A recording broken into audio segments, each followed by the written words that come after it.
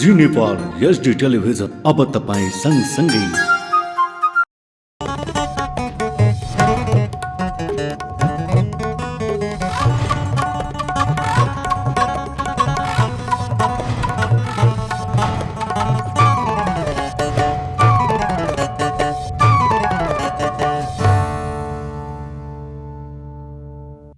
नमस्कार, जी नेपाल न्यूजमा यहाँलाई स्वागत छ। म करुणा राविसाने। सुरुमा मुख्य समाचारका शीर्षकहरू। निर्वाचन सम्बन्धी आचार संहिताको पालनाका लागि ध्यान दिन प्रधानमन्त्री देउवाको आग्रह। सरकारी कार्यक्रमहरू आचार संहितालाई ध्यानमा राखेर गर्नुपर्ने भनाई।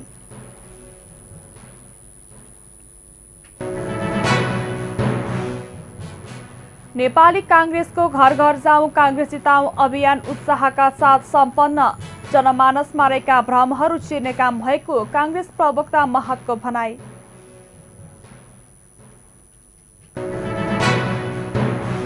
राष्ट्रिय सभा सदस्यमा दाहाल मनोनित, जनता र राष्ट्रको समृद्धिको पक्षमा लाग्ने तर्क।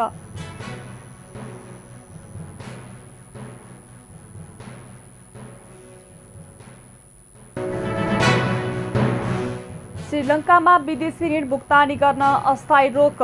खाद्यान्न लगायतका वस्तु खरिद गर्न सक्ने भएकाले ऋण तिर्ने कामलाई स्थगित गरेको जानकारी। र Indian premier league IPL T20 क्रिकेटमा आज एक खेल हुँदै खेल 8 बजे सुरु हुने।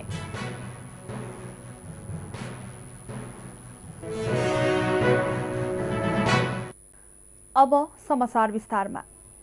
राष्ट्रपति विद्यादेवी भण्डारीले 30 वैशाखमा हुने स्थानीय तह निर्वाचनका लागि सेना परिचालन गर्न स्वीकृति दिनुभएको छ। राष्ट्रिय सुरक्षा परिषदको 17 चैतको सिफारिस र मन्त्री परिषदको 24 चैतको निर्णय अनुसार सेना परिचालनका लागि राष्ट्रपतिले स्वीकृति दिएको राष्ट्रपति कार्यालयले विज्ञप्ति मार्फत जानकारी दिएको छ। प्रधानमन्त्री शेरबहादुर देउवाले निर्वाचन सम्बन्धी आचार संहिताको पालनाका लागि ध्यान दिन आग्रह गर्नुभएको छ। मंगलबार शहरी विकास मन्त्रालयले काठमाडौँमा आयोजना गरेका राष्ट्रिय शहरी नीति, शहरी विकास ऐन र युटिलिटी करिडोर ऐन तर्जुमा सम्बन्धी परामर्श गोष्ठीको उद्घाटन गर्दै निर्वाचन सम्बन्धी आचार संहिता लागू भइसकेकाले त्यसलाई ध्यान दिन पनि सबैलाई आग्रह गर्नुभएको हो। आगामी दिनमा सरकारी कार्यक्रमहरू आचार संहितालाई ध्यानमा राखेर गर्नुपर्ने उहाँको भनाइ छ। त्यस्तै प्रधानमन्त्री देउवाले युटिलिटी करिडोरको अवधारणा कार्यान्वयन गर्न ठूला शहरमा आगामी वर्षदेखि नै पाइलट प्रोजेक्ट सुरु गरिने बताउनुभयो। शहरीकरणमा देखिएका समस्या तथा चुनौतीहरूलाई सम्बोधन गर्न नयाँ शहरी नीति मार्फत समुन्नत राष्ट्रिय शहरी विकास र शहरी प्रणालीको विकास गर्नुपर्ने उहाँले बताउनुभयो। उहाँले काठमाडौँ उपत्यकामा देखिएका फोहोर व्यवस्थापनको समस्या समाधानका लागि फोहोरबाट ऊर्जा उत्सर्जनमा मन्त्रालयले ध्यान दिनुपर्ने उल्लेख गर्नुभयो। राजदूतहरूले पनि यस सम्बन्धमा कुरा गरेका छन्। हामी त्यसको लागि चाहिँ कामहरू तयार सुनेका छन्। उनीहरूसित कुरा गरेर भए पनि काठमाडौँ हाम्रो सुन्दर सहर अत्यन्त जाहेर तथा फोहोर फ्याँकिएको छ। यसले गर्दाखेरि यो हाम्रो नेपालको सुन्दर सहर काठमाडौँ त्यसको पनि जाने यस्तो हाल देखेपछि अत्यन्तै बडा दुर्भाग्यपूर्ण कुरा भएको छ। हामी सबैका लागि यो लाजमर्दो कुरा हो। यसमा हामी सबै लागेर काम गरौँ भन्ने अनुरोध गर्न चाहन्छु। यो लागेको बेलामा के अरे आचारसँग लागेको बेला पनि यो चाहिँ अब नगरी नहुने सदा यो चाहिँ यो आवश्यक यो गर्नुपर्ने उहाँले चाहिँ नि हाम्रो झाँक्रीजीले चाहिँ नि यो निर्वाचन आयोगसित स्वीकृति लिएर गर्नुभएको छ। यस कारण चाहिँ उहाँलाई छ यो चाहिँ यसमा चाहिँ पनि वास्तवमा मैले उहाँलाई सोधे पनि फेरि यहाँ चाहिँ फेरि विरोध होला भनेर उहाँले भन्नुभयो कि चाहिँ नि यो निर्वाचन आयोगका प्रमुखसित कुरा गरेको हुनाले आउनुहोस् भन्नुभयो। त्यस कारण चाहिँ मैले आउनु पाएँ। अब चाहिँ नि हामीहरू आचार संहितालाई पनि ध्यान दिएर अगाडि काम गर्दैछु भन्ने सबै साथीहरूलाई गरिदिनु पनि अनुरोध गर्छु। कार्यक्रममा नेकपा माओवादी केन्द्रका अध्यक्ष पुष्पकमल दाहाल प्रचण्डले संघीय लोकतान्त्रिक गणतन्त्र र समानुपातिक समावेशी चरित्रको संविधानलाई नरुचाउनेहरूले कुनै न कुनै रूपले यसलाई विघटन गर्ने वा अर्को दिशातर्फ लैजान कसरत गरिरहेको बताउनुभयो।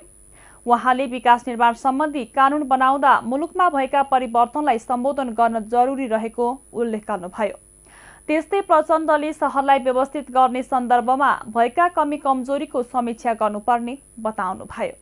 हामी त्यसमा कहीँ न कहीँ हामीले त्यति धेरै तत्परता देखाएका छैनौँ। कसैले तत्परता देखाउन खोजेकै छ भने पनि त्यो पर्याप्त भएको छैन। बरु यसबीचमा के देखा पर्न खोज्यो भने सङ्घीय लोकतान्त्रिक गणतन्त्रले अपेक्षा गरेको परिवर्तनलाई संस्थागत गर्ने कुरा, विकास मोडेललाई नयाँ बनाएर नयाँ नेपाल निर्माण गर्ने कुरालाई के गरी कमजोर पार्न सकिन्छ, के गरी सङ्घीयता या समावेशी समानुपातिकताको निम्ति आवश्यक पर्ने विधेयकहरूलाई आलटाल गर्न सकिन्छ, रोक्न सकिन्छ, त्यसलाई कुन तरिकाले कमजोर पार्न सकिन्छ भन्ने प्रवृत्ति पनि गतकालमा देखा पर्यो र कहीँ न कहीँ त्यो प्रवृत्तिले अन्ततः संविधान नै उल्ट्याउने, विकास मोडेलको जो परिकल्पना नयाँ संविधानमा गरिएको हो, समावेशी लोकतन्त्रको र समावेशी विकासको पनि, सन्तुलित विकासको, गाउँ सहरको समन्वयको जो परिकल्पना गरिएको त्यसलाई नै उल्ट्याउने सम्मका कसरतहरू पनि गत सालदेखि हामीले देख्यौँ, भोग्यौँ, त्यसको प्रतिवाद गर्यौँ, त्यसको प्रतिरोध गर्यौँ र आज हामी यो ठाउँमा छौँ। त्यस्तै नेकपा एकीकृत समाजवादीका सम्मानित नेता झलनाथ खनालले मुलुकको नयाँ विकासको खाका अनुसार प्रारूप दिनुपर्नेमा जोड दिनुभयो। दीर्घकालीन नीतिका आधार बनाएर मुलुकको विकासको बाटो तयार गर्नुपर्ने उहाँको भनाइ छ। इलेक्सन वर्षमा प्रवेश गर्दैछौँ। यो इलेक्सन वर्षमा धेरै काम गर्छौँ भन्ने मलाई लाग्दैन, तर कम्तीमा पनि एउटा दीर्घकालीन नीतिका आधारहरू बनायौँ।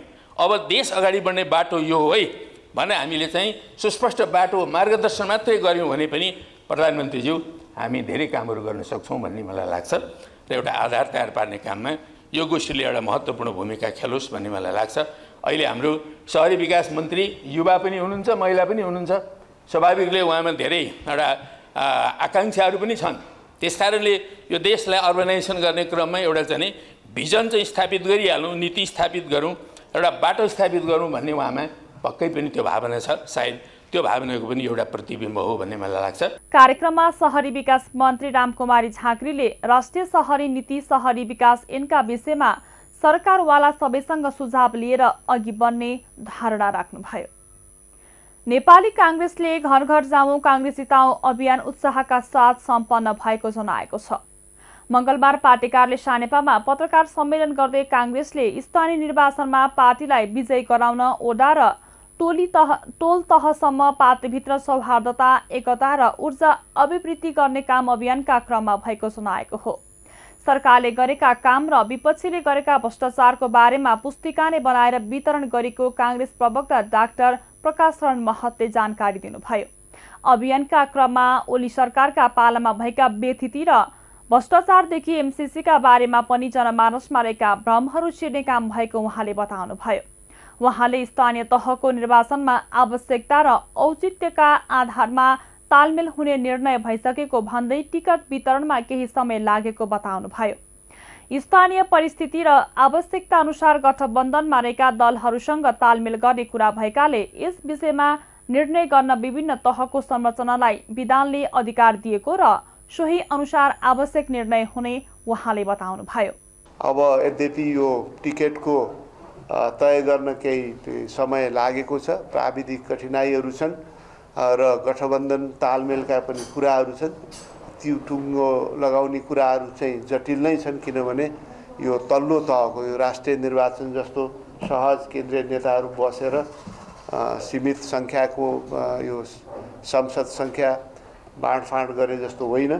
त्यस हुनाले केही समय लागेको छ, तर त्यसको पनि चाँडै नै कहाँ कसरी हामीले तालमेल गऱ्यौँ भन्ने कुरा पनि चाँडै यहाँहरूले थाहा पाउनुहुनेछ। प्रवक्ता महतले अभियानका क्रममा हजारौं टोल समिति गठन भएको जानकारी दिनुभयो। काङ्ग्रेसले फागुन 29बाट 1 महिने अभियान सञ्चालन गरेको थियो। मेलम्ची खानेपानी आयोजनाको मुख्य सुरुङमा पानी भर्न सुरु गरिएको छ। टनेल सफा गर्ने काम सकिएपछि आज मंगलबार बिहान सुरुङमा पानी पुनः पथान्तरण गरिएको हो। खानेपानी तथा सरसफाई मन्त्री उमाकान्त चौधरीले आज 1 नम्बर डाइभर्सन गेटबाट पानी पथान्तरण गरी 38 नम्बरको गेट खोलेर उद्घाटन गर्नुभएको हो। 265 लिटर प्रति सेकेन्डका दरले मुख्य सुरुङभित्र पानी पठाइएको आयोजनाले जनाएको छ। गएको असार 1 गतेको बाढीले बहुप्रतीक्षित मेलम्ची खानेपानी आयोजनाको मुहानमा क्षति पुगेको थियो। मुख्य मुहानमा क्षतिसँगै मेलम्चीको पानी फेरि काठमाडौँ ल्याउन सकिन्छ कि सकिँदैन भन्ने अन्यल थियो। तर अब सुरुङमा पानी भर्न सुरु भएसँगै मेलम्चीको पानी काठमाडौँ आउने भएको छ। चैत्रसम्ममा काठमाडौँवासीलाई पानी खुवाउने भनिए पनि केही ढिलो भएको समितिले जनाएको छ। काठमाडौँ उपत्यका ट्राफिक प्रहरी कार्यालय रामशाह पथमा कार्यरत 42 जना ट्राफिक प्रहरी कार्यालय सहयोगीहरूलाई एक कार्यक्रमका बीच खादा लगाएर सम्मान गरेको छ। कार्यालय प्रमुख प्रहरी वरिष्ठ उपरीक्षक उमेश राज जोशीले काठमाडौँ उपत्यका ट्राफिक प्रहरी कार्यालय तथा मातहतमा कार्यरत 42 जना कार्यालय सहयोगीहरूलाई विभिन्न तहमा स्तर निर्धारण भएको जानकारी प्रदान गर्नुका साथै खादा लगाएर सम्मान गर्नुभएको हो। सोही कार्यक्रममा एसएसपी जोशीले उक्त प्रहरी कर्मचारीहरूसँग अन्तर्क्रिया कार्यक्रम समेत गर्नुभएको थियो। उक्त अवसरमा एसएसपी जोशीले बधाई दिनुहुँदै आगामी दिनमा कार्यालय तथा संगठनको गरिमा उच्च पार्न थप इमान्दारी, क्रियाशील र समर्पित भई सेवा गर्नुहुन निर्देशन समेत दिनुभयो। उहाँले नेपाल प्रहरीको श्रेणीविहीन पदमा रही विगत लामो समयदेखि कार्यालयको काम कारबाहीमा सहयोग गरिरहेका प्रहरी कर्मचारीको स्तर निर्धारण हुँदा कर्मचारीको सेवा सुविधामा भिन्नता ल्याउनुका साथै काम गर्ने प्रहरी कर्मचारी थप उत्प्रेरणा र मनोबल उच्च भएको पनि बताउनुभयो। यस ट्राफिक प्रहरी कार्यालयमा कार्यरत 5 जना पञ्चम स्तर, 11 जना चतुर्थ स्तर, 13 जना तृतीय स्तर, 8 जना द्वितीय स्तर र 4 जना प्रथम स्तरमा स्तर निर्धारण भएका छन्। उक्त कार्यक्रममा प्रहरी उपरीक्षक, प्रहरी नायब उपरीक्षक तथा अन्य ट्राफिक प्रहरी अधिकृतहरूको उपस्थिति रहेको थियो। प्रमुख निर्वाचन आयुक्त दिनेश कुमार थपलियाले निर्वाचन तयारी रकेटको गतिमा रहेकाले कुनै पनि बहानामा नरोकिने बताउनु भएको छ। निर्वाचन आयोगले विराटनगरमा गरेको कार्यक्रममा प्रमुख आयुक्त थपलियाले स्थानीय तह निर्वाचन अब कुनै पनि बहानामा स्थगित गर्न नमिल्ने बताउनुभयो। निर्वाचनको रकेट छुटिसकेको भन्दै प्रमुख आयुक्त थपलियाले गन्तव्यमा पुर्याउन नसके दुर्घटना हुने बताउनुभयो। प्रमुख निर्वाचन आयुक्त थपलियाले निर्वाचन आचार संहिता अक्षरशः पालना गर्न दलहरूलाई आग्रह समेत गर्नुभयो। कांग्रेसका नेता शशाङ्क कोइरालाले निर्वाचनमा 6 करोड खर्च भएको अभिव्यक्ति दिएपछि आयोगले स्पष्टीकरण सोधेको भन्दै थपलियाले आचार संहिता उल्लङ्घन गर्ने दलहरूसँग पनि जवाफ मागेको बताउनुभयो। नेकपा एमालेका अध्यक्ष केपी शर्मा ओलीले स्थानीय तहको निर्वाचन सार्ने गठबन्धनको षड्यन्त्रको शिकार नबन्न विप्लवलाई आग्रह गर्नुभएको छ। मंगलबार नेकपा एमाले ललितपुर जिल्ला कमिटीले सिद्धिपुरमा आयोजना गरेको कार्यक्रमलाई सम्बोधन गर्दै ओलीले विप्लवलाई देखाएर सत्ता गठबन्धनले निर्वाचन सार्ने षड्यन्त्र गरिरहेको भन्दै गठबन्धनको शिकार नबन्न विप्लवलाई आग्रह गर्नुभएको हो। विप्लवलाई चुनावमा सहभागी गराउने नाममा वैशाख 30 गतेको निर्वाचन सार्ने बहाना मान्य नहुने उहाँको भनाइ छ। उहाँले स्थानीय निर्वाचनमा भाग लिने भए स्वतन्त्र रूपमा लड्न वा सूर्य चिन्ह लिएर लड्न विप्लवलाई सुझाव दिनुभयो। निर्वाचन सार्न प्रधानमन्त्रीदेखि प्रचण्ड र माधव कुमार नेपाल लागि परेको उहाँले आरोप लगाउनुभयो। उहाँले माओवादी केन्द्रको भाँडो रित्तिसकेको र बिर्को मात्र रहेको भन्दै बिर्कोलाई केन्द्र मान्ने गरेको आरोप लगाउनुभयो। त्यस्तै ओलीले माओवादी केन्द्र र माधव कुमार नेपाल कांग्रेसको पुच्छर मात्रै भएको उल्लेख गर्नुभयो। एमाले सरकारले विकासका धेरै काम गरेको र वर्तमान सरकारले कुनै काम गर्न नसकेको उहाँले बताउनुभयो। उहाँले 40 करोड गैर कानुनी पैसामा कुरा नमिल्दा गभर्नरलाई कारबाही गरेको तर्क गर्नुभयो। सक्छ भने सरकारले केही त गरोस्, म आग्रह गर्न चाहन्छु। तर यो हुतियारा सरकार सुन्नु भने 40 करोडको काण्ड जफ्त गर्ने भनेको 40 करोड, त्यहाँ पनि हिस्सादारी भागभण्डार, त्यहाँ पनि अर्थमन्त्रीले सोझै पत्र लेखेर गैर कानुनी पैसा, त्यस्तो गैर कानुनी पैसा फिर्ता दिनु भनेर 40 करोडमा 20 करोडै भए पनि फाल्तु पैसा त काम लाग्छ भन्ने ठानेर होला 50-50 काले काले मिलेर खाऊ भाले जस्तो गरेर 40 करोड काण्ड। अनि 40 करोड काण्ड दिन मिलेन भनेको 1 कान 2 कान मैदान हो। गभर्नरले कुरो खुस्कायो कि क्या हो भनेर न्यु पारेर गभर्नरलाई कारबाही। अहिले आएर विप्लवजीहरू के भन्न थाल्नुभयो भने हाम्रो पार्टी दर्ता भएको छैन। दर्ता गर्न समय चाहियो, अलिक महिना समय चाहियो हामीलाई। अनि अस्ति समय दिँदाखेरि किन दर्ता गर्नु भएन? म विप्लवजीलाई, तपाईँलाई नेपाली जनताले अलिक इमान्दार नेताको रूपमा बुझ्छ। तपाईँ लोकतन्त्र विरुद्धको षड्यन्त्रको हतियार नहुनुहोस्, तपाईँलाई इमान्दार नेताको रूपमा बुझ्छ। यद्यपि तपाईँका नीतिहरूसँग भन्नुपर्ने कुरा हुन सक्छ, तर तपाईँलाई कुनै षड्यन्त्रकारी नेताको रूपमा बुझ्दैनन्। तर षड्यन्त्रको शिकार हुने खतरा हामी देख्दैछौँ। ओलीले देश विकास गर्ने पार्टी एमाले नै रहेको भन्दै एमालेमा प्रवेश गर्नेको लहर नै चलेको दावी गर्नुभयो।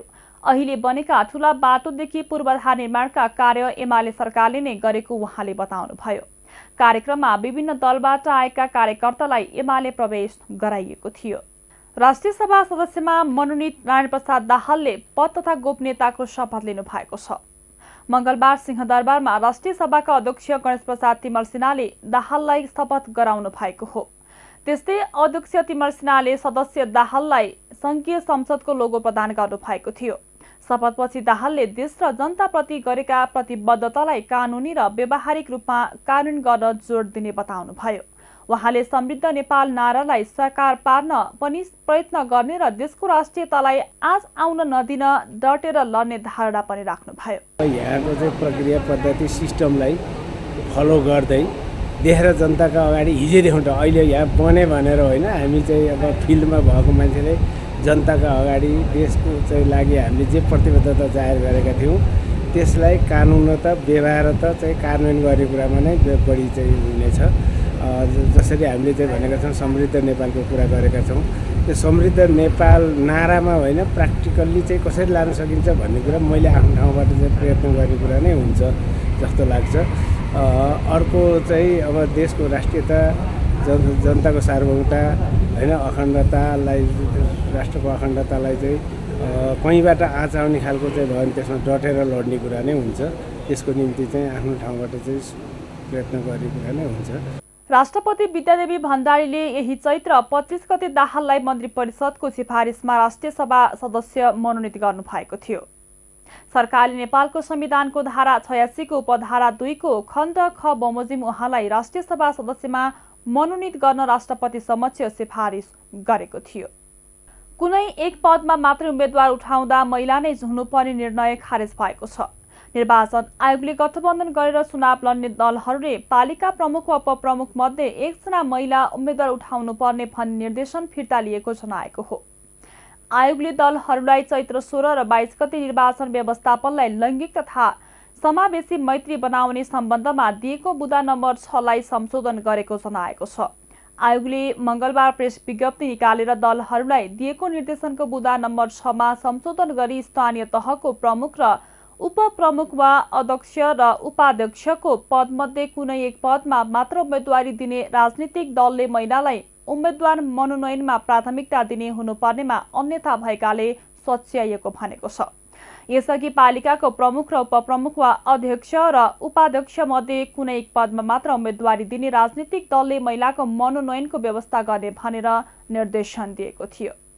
नेपालमा अर्थतन्त्रका सूचकहरू झनै नकारात्मक बनेका छन्। नेपाल राष्ट्र बैंकले सार्वजनिक गएको साउनदेखि फागुनसम्मको विवरण अनुसार मूल्य वृद्धि 7.14% पुगेको छ। सबैभन्दा धेरै घिउ तेलको मूल्य 26.34%, तरकारीको मूल्य 14%, दूध र अण्डाको मूल्य 11.3% तथा दाल र गेडागुडीको मूल्य 10.3%ले बढेको छ। राष्ट्र बैंकले यो वर्ष मूल्य वृद्धिलाई 6% को सीमामा राख्ने लक्ष्य राखेको थियो। अरू प्राय सबै सूचकहरू पनि नकारात्मक बनेका छन्। राष्ट्र बैंकले सार्वजनिक गरेको विवरण अनुसार गएको साउनदेखि फागुनसम्ममा वैदेशिक व्यापारमा 11 खर्ब 61 अर्ब रुपैयाँ घाटा भएको छ। यो गएको वर्ष यही अवधिको तुलनामा 34.5% धेरै हो। शेयर बजार परिसूचक नेप्से आज मंगलबार पनि घटेको छ। हिजो सोमबार 44 अङ्क भन्दा धेरैले घटेको शेयर बजार परिसूचक नेप्से आज 34.78 अङ्कले घटेर 2385.02 बिन्दुमा छरेको छ। आज होटल तथा उत्पादन बाहेक अरू सबै समूहको सेयर घटेको छ। निर्जीवन बीमा, जीवन बीमा, उत्पादन विकास बैंक, जलविद्युत, माइक्रो फाइनान्स र अन्य समूहको सेयर उच्च अङ्कले घटेको छ।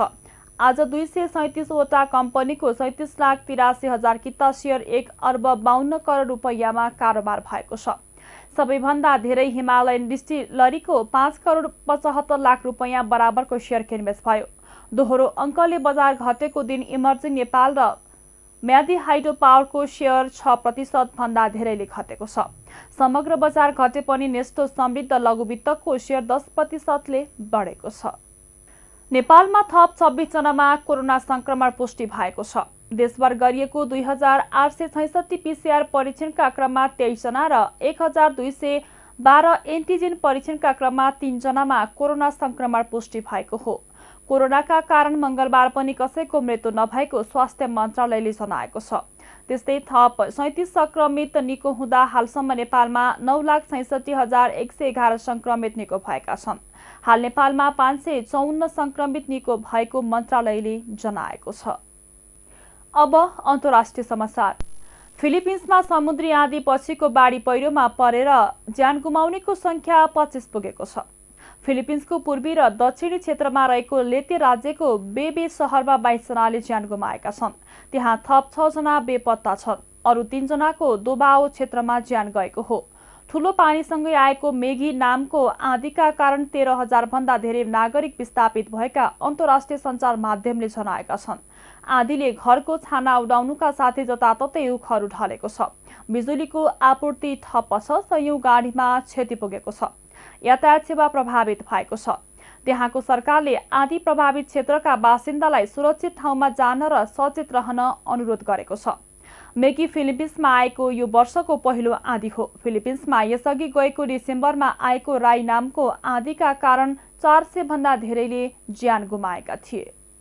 श्रीलङ्काले विदेशी ऋण भुक्तानीमा अस्थायी रोक लगाएको छ। विदेशी मुद्रा सञ्चित कम भएपछि तत्कालका लागि विदेशी ऋणको ब्याज तथा किस्ता भुक्तानीमा रोक लगाएको गभर्नर पी नन्दलाल उइरासिंहेलाई उद्धृत गर्दै रोइटर्सले जनाएको छ। गभर्नरले मंगलबार पत्रकार सम्मेलन गरेर ऋण तिर्नका लागि प्रयोग हुने विदेशी मुद्राले केही समयका लागि इन्धन, खाद्यान्न लगायतका वस्तु खरिद गर्न सक्ने भएकाले ऋण तिर्ने कामलाई स्थगित गरेको बताउनु भएको छ। अहिले ऋण भुक्तानी असम्भव अवस्थामा आइसकेकोले यस्तो निर्णय गर्नु परेको उहाँको भनाइ छ। श्रीलङ्कामा खाद्यान्न र औषधिको अभावसँगै लामो समयदेखि विद्युत कटौती हुँदा त्यहाँका नागरिकको जनजीवन कष्टकर बनेको छ। श्रीलङ्काले अर्को हप्ता अन्तर्राष्ट्रिय मुद्रा कोषसँग ऋण कार्यक्रममा वार्ता सुरु गर्ने भएको छ। यसैबीच जीवन बचाउने औषधि अभावमा श्रीलङ्कामा ठूलो संख्यामा नागरिकहरूको ज्यान जान सक्ने डाक्टरहरूले चेतावनी दिएका छन्। हृदयघातको उपचार गर्ने औषधिहरू र नवजात शिशुहरूलाई सास फेर्न प्रयोग हुने ट्युबहरूको देशव्यापी अभाव भएको भन्दै स्वास्थ्य कर्मीले यस्तो चेतावनी दिएका हुन्। अब खेल समाचार। इन्डियन प्रिमियर लिग आइपिएल टी20 क्रिकेटमा आज मंगलबार एक खेल हुँदैछ। मुम्बईको नाउईमा हुने खेलमा चेन्नई सुपर किङ्स र रोयल च्यालेन्जर्स बेङ्गलोर भिड्दैछन्। नेपाली समयअनुसार खेल 8 बजे सुरु हुनेछ। 4 खेलमा लगातार 4 हार बेहोरेको चेन्नई आज पहिलो जितको खोजीमा रहनेछ। चेन्नई अङ्कविहीन रहँदै तालिकाको पुछारमा रहेको छ। यस्तै 4 खेलमा 3 जित र 1 हारसँगै बेङ्गलोर चौथो स्थानमा रहेको छ। खेल समाचारसँगै हामी जी नेपाल न्युजको अन्त्यमा आइसकेका छौँ। जाँदा जाँदै मुख्य खबरका शीर्षकहरू पुनः एकपटक। निर्वाचन सम्बन्धी आचार संहिताको पालनाका लागि ध्यान दिन प्रधानमन्त्री देउवाको आग्रह। सरकारी कार्यक्रमहरू आचार संहितालाई ध्यानमा राखेर गर्नुपर्ने भनाई।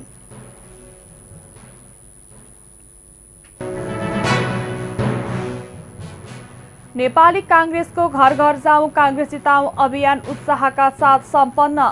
जनमानसमा रहेका भ्रमहरू चिर्ने काम भएको कांग्रेस प्रवक्ता महतको भनाई।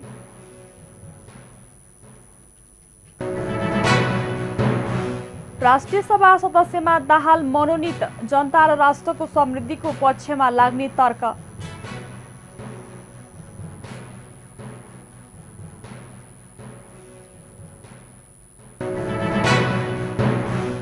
श्रीलङ्कामा विदेशी ऋण भुक्तानी गर्न अस्थायी रोक। खाद्यान्न लगायतका वस्तु खरिद गर्न सक्ने भएकाले ऋण तिर्ने कामलाई स्थगित गरेको जानकारी। र इन्डियन प्रिमियर लिग आइपिएल टी20 क्रिकेटमा आज एक खेल हुँदै खेल 8 बजे सुरु हुने।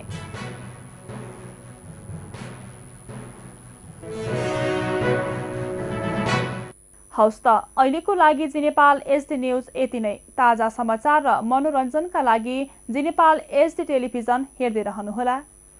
नमस्कार।